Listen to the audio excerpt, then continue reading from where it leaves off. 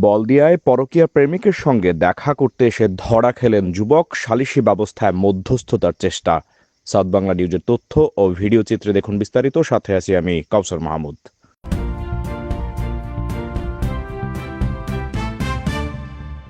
পরকীয়ার টানে রাতে প্রেমিকের সঙ্গে দেখা করতে এসে গ্রামবাসীর হাতে ধরা পড়লেন রিয়াজ নামে ২৮ বছর বয়সী এক যুবক।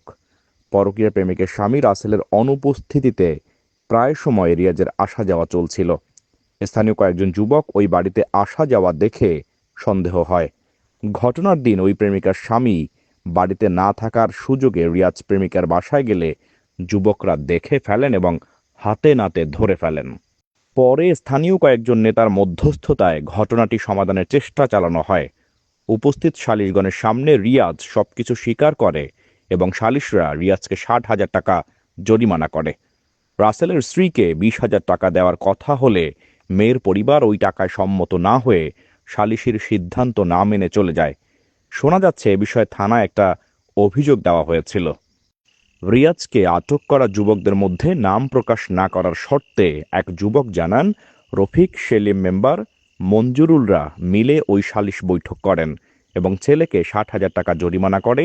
সেই টাকা নিজেদের মধ্যে ভাগ বাটোয়ারা করে মেয়ের নামে ২০,০০০ টাকা রাখেন। তাতে মেয়ের পরিবার রাজি না হওয়ায় তারা চলে যায় এবং রিয়াজের মোবাইল মঞ্জুরুল জমা রেখেছে।